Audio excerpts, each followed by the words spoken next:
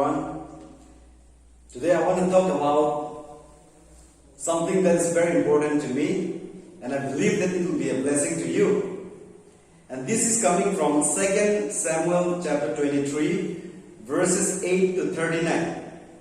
In that passage we see 37 mighty men of David. In other words, David's mighty men. Sometimes I just wonder that David was surrounded by great men, 37 of them.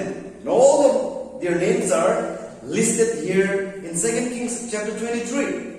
So I just want to point out a few of them and exhort us how to surround ourselves by godly men so that our Christian life will be powerful and we will be able to attack and we will be able to defend Satan's schemes into our life. Now let us look into the life of David. David was chosen by God probably when he was 16 years old to be the second king of the nation Israel. So he felt the need of being close with God. Of course, all those things were there. He was having intimate relationship with God, personal devotion life, prayer life, worship life. All of those were some parts of his life. But here we see something different. And I think we should learn an important lesson from the life of David. Now let's look into the first man, the mighty man of David. The first one we see in verse 8, 2 Kings chapter 23 verse 8. Let me read for us. These are the names of the mighty men whom David had. Joseph Bathsheba, chief of the captains. He was called Adino the Esnite, because of 800 slain by him at one time. The first man, Joseph Bathsheba, his nickname was Adino. This man was in Nagamese not Mamuli guy. He was such a man that at one time by himself he killed 800 men. Amazing. What a superhero. Adino could kill 800 men at one time. And this man was one of the bodyguards of the mighty man of David. Second one, we see in verses 9 to 10. Who was he? Eliezer. Let me read for us. Who was this guy? Eliezer, verse 9 says, was the son of Dodo the Ammonite. And what did he do? Let me read for us verse 10. He arose and struck the Philistines until his hand was weary and clung to the sword. And the Lord brought about a great victory that day. This man was such a strong man that he went and struck the Philistine, and because of the blood that got stuck on his hand, even he couldn't release the instrument that he was holding in his hand. He was ready to do anything for David, anytime. The third one, Shammah, verses 11 to 12. What did he do for David? Let us read for us verse 12 only. But he took his stand in the midst of the plot, defending it, and struck the Philistines, and the Lord brought about a great victory.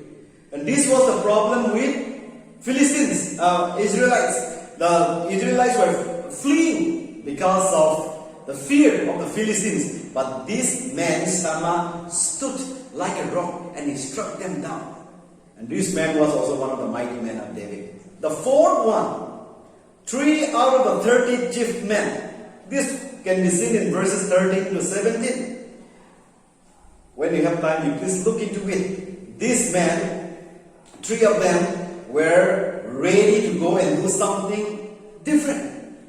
So in this passage, David was longing for a drink out of the water from Bethlehem. So these 3 men was not told by David to go and take the water from there, but having heard what the king was desiring, they secretly went to Bethlehem. Having passed through the camp of the Philistines, draw the water from the well of Bethlehem and brought the water to the king.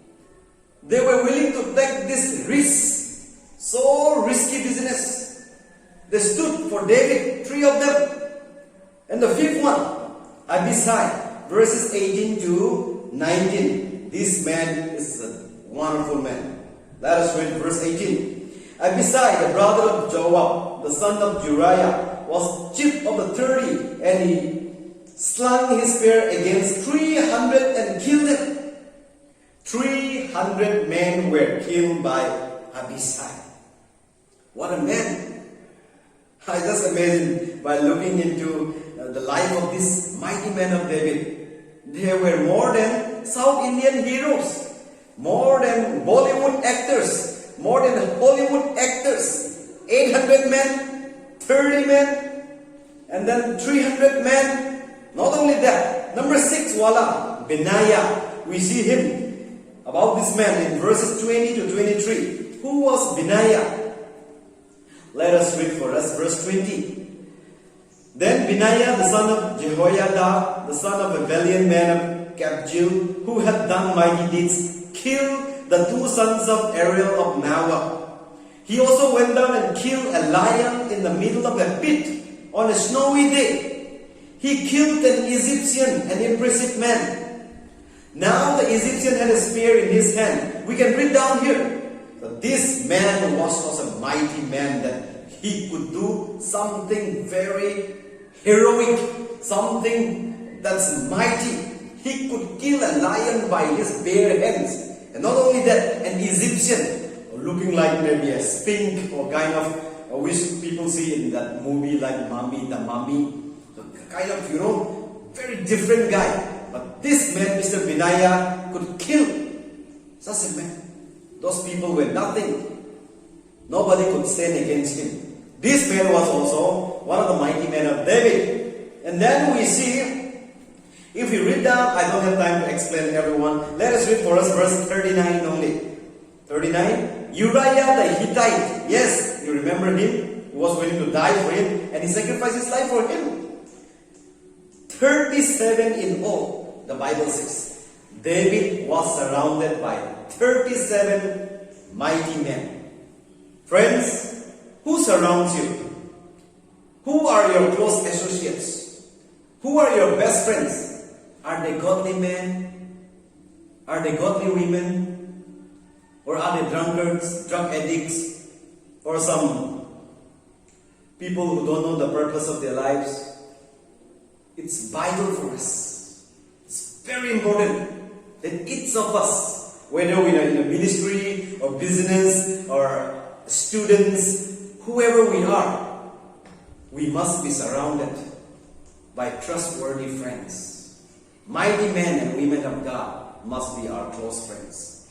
See, David fought something like 27 battles. And he won all the battles because of whom? These men. 37 of them were with him. And we read in 2 Samuel chapter 5 verses 6 to 10 that David was the one who conquered Jerusalem.